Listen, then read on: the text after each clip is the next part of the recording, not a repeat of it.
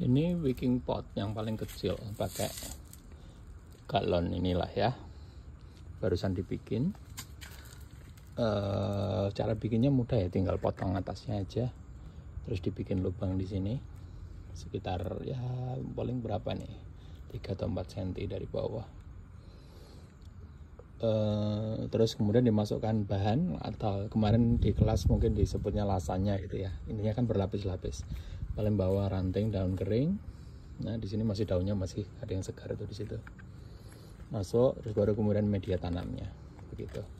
Nah mungkin kalau dibilang tanda kutip kelemahan kalau di pot itu adalah kita tidak bisa memasukkan racian atau bumbu tanah yang hidup itu yang bervariasi, jadi sangat terbatas. Oke, ini tujuannya adalah jadi kalau air masuk pasti akan tergenang di bawah. Ini kelihatan ada genangan air di sini ya, tapi airnya nggak bakal sampai ke atas. Kenapa? Karena pasti akan meluap dari sini. Dengan demikian tanah yang di sini itu akan selalu lembab gitu.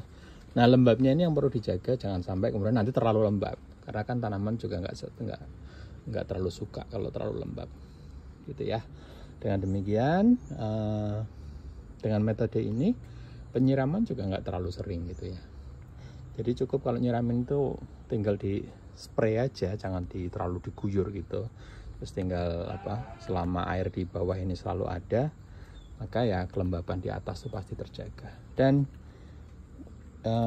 ini masih akan ditambah lagi nantinya gitu ya, supaya makin banyak di situ isi tanaman, isi media tanamnya.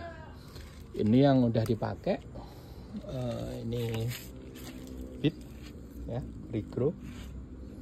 Ini juga udah dipakai, udah lama. Nanas ya, ini nanasnya regrow dari nanas yang ini nanas yang dulu berbuah, terus kemudian buahnya kami panen, terus kami regrow di sana. Nah ini juga wick pot yang besar ya, diameter 60 cm kalau nggak salah. Ini dipakai buat mangga. Kalau ini cara bikin wicknya, kalau pot itu kan bawahnya udah berlubang ya, jadi ini saya pasangin galon kecil istilahnya ya, wadah kecil saya masukkan, tapi ini saya kasih pipa ke atas, terus di sisinya ini saya kasih lubang dan kasih sumbunya biasanya saya pakai kain flanel. Kemudian botol inilah atau galon inilah yang kemudian dimasukkan ke dalam itu, terus baru kemudian diisi media tanam. Ini hasilnya, pipanya tadi yang saya sebut pipa, ini muncul nih di atas ini gini. Dengan demikian saya bisa refill ya, saya bisa refill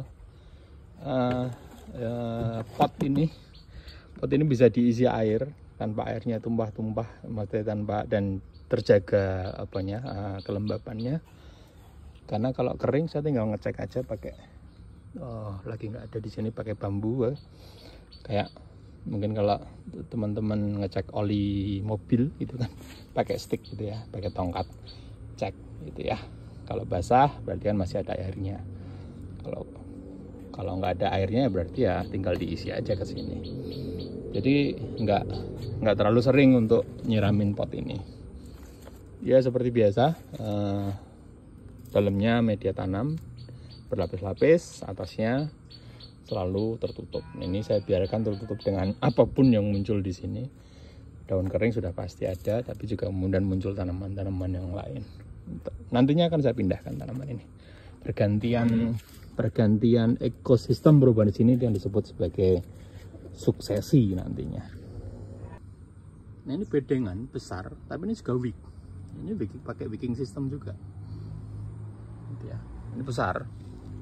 Ada 2 bedengan kanan kiri. Itu ya, ini jalan setapaknya di dalam, udah kayak hutan di sini. Ada banyak tanaman di sisi sana. Warnanya adalah tingginya sekitar 30 cm. Nah ini pipanya tuh, pipanya di dalamnya ini nyambung ke pralon di sana, pralon gede, pralon sekitar ukuran 2,5 inch. Ini memanjang sampai ke sana, satu lonjor sekitar 4 meter ya, karena waktu itu saya dapat itu aja sih. Jadi saya memanfaatkan apa yang ada. Sama kayak misalnya galon-galon tadi kan bukan karena saya nyari, tapi karena ada aja ya, jadi saya pakai. Jadi galon kalau yang di sini berarti peralon tadi bekas orang praktek hidroponik gitu ya. Jadi saya manfaatkan, saya lubang-lubangnya itu saya tutup pakai bahan yang lain, dan kemudian bikin sumbunya aja, dan saya bentangkan ke sana, dan saya bikin ada pipa kecilnya yang mencuat ke sini. Dengan demikian saya bisa sama kayak tadi yang barusan tadi, yang pot tadi, yaitu saya bisa ngecek apakah di dalam ada air atau enggak, dan kalau butuh air ya saya tinggal ngisi itu kalau butuh. Tapi karena ini bedengan yang luas dan mudah melakukan penyiraman, jadi masih sering kesiraman dari atas. Tapi bayangkan kalau posisi bedengannya adalah di lokasi yang jauh dari rumah atau misalnya jauh dari pengairan, maka sangat mungkin untuk menghadirkan suatu bedengan yang akan terjaga kelembapannya walaupun jarang disiram gitu. Mengapa? Karena di dalamnya sendiri itu sudah ada reservoir atau wadah airnya tadi.